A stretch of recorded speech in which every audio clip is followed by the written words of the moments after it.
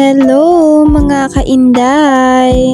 My name is Abby and apo ako ni Mommy Lani. So for today's vlog ay iti-take over muna natin ang vlog ni Mami.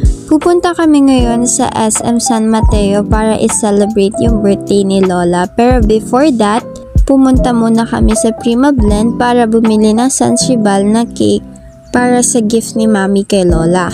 Ayan, nagpalagay kami ng dedication letter for Lola. And ang nakasulat ay Happy Birthday Lola Mel from Lani. Nasa SM na kami and waiting na lang kami kay Lola na dumating. Ayan guys, dumating na si Lola and nakita na namin siya.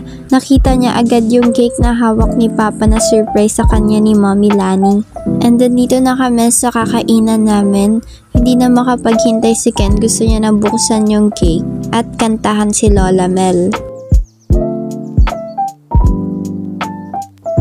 While waiting sa pagkain, kinantahan na lang muna namin si Lola.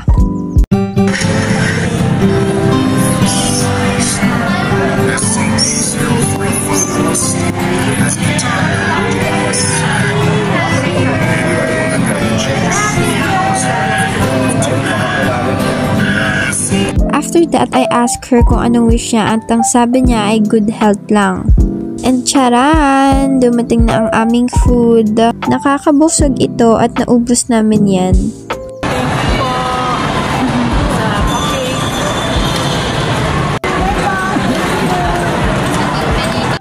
After namin kumain ay nagpaalam na rin sa amin si Lola na uuwi na siya dahil baka gabihin pa.